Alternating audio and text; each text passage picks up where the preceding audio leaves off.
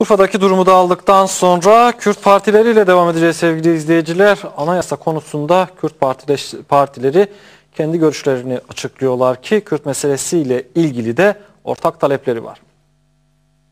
Savaş çanlarının çaldığı bir Orta Doğu'da yeni bir anayasa yapılır mı? Birinci sorun bu. Kaygılıyım ben. Bu meclisin anayasa yapıp yapmayacağı konusunda. Anayasaya dönük olarak Kürt halkının kendi ana dilinden eğitimi başta olmak üzere imza kampanyaları kitlesel olarak başlatılabilir. Öcalan'a dönük gerçekleştiren tercihte biz doğru buluyoruz. Bizim inancımız şudur, Öcalan'la dahil koşulsuz bir siyasi afın gerçekleştirilmesi gerektiğine inanıyoruz. Öcalan'ın siyasetten özgürce konuşması gerektiği kanaatindeyim ben.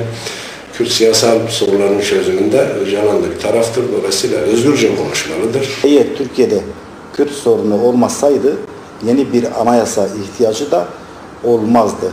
Bugüne kadar onlarca kez anayasa değişmiş, kendilerine göre yeniden istedikleri maddeyi değiştirebilirdiler ki en son 12 Eylül'de anayasa değişti. İstedikleri madde değişti ama anayasanın tümünün değişmesi gerekiyor ki bu da Kürtleri kapsaması lazım. O anlamda anayasanın değişmesi lazım. Yani anayasanın temel esprisi Kürt sorunudur. Kürt sorunu çözmesi gerekiyor. Bu alanda da Kürtler kendi aralarında bu sorunu, biz Kürtler kendi aramızda bu sorunu tartışarak yeni bir anayasada taleplerimiz ne olmalıdır? Sonucuna vardık.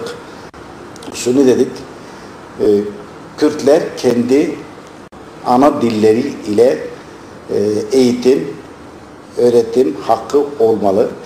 Kürtçe resmi dil olmalı. Bir anayasada ulusların kendi kaderlerinin tayin hakkı çerçevesinde statü gerekiyor Kürtler için. Bu statü bence bu statü referandum yoluyla olabilir. Onun için Kürtlerin kimlikleri mutlaka anayasal güvence altına alınmasını düşünüyoruz. Bir maddemiz de örgütlenme sorunuyla ilgilidir. Yani Kürt ve Kürdistan isimli partiler oluşabilmeli. Partimizin hem de diğer politik hareketlerin ortaklaştığı 4 nokta tespit ettik. Bunlar bize göre çok hayati noktalardı. Sizin de bildiğiniz gibi bir kere Kürt ulusal kimliğinin tanınmasını talep ediyoruz. Bunun için mücadele edeceğimizi, bu sürece bu doğrultuda müdahil olmak istediğimizi söylüyoruz. Bu çalışma sadece partiler ve politik hareketlerle sınırlı kalmamalı. Amacımız önümüzdeki dönemde, yani bu süre içinde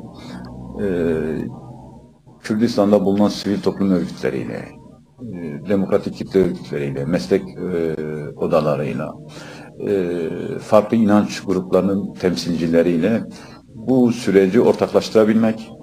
Kürtler hak etmedikleri bir şey talep etmiyorlar. Kürtler başkalarının haklarını sınırlayan bir özgürlükten yana değiller. Kürtler belirgin kimlikleri ve tarihi kişilikleriyle üzerinde yaşadıkları coğrafyalarında kendileriyle özdeşleşen Kürdistan denilen coğrafyalarında bütün hak ve özgürlüklerini kazanmak istiyorlar.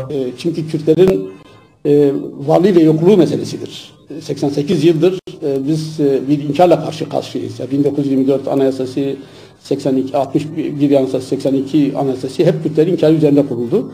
Ve Kürtlerin bütün özgürlük talepleri hep silahla karşılandı, katliamlarla karşılandı.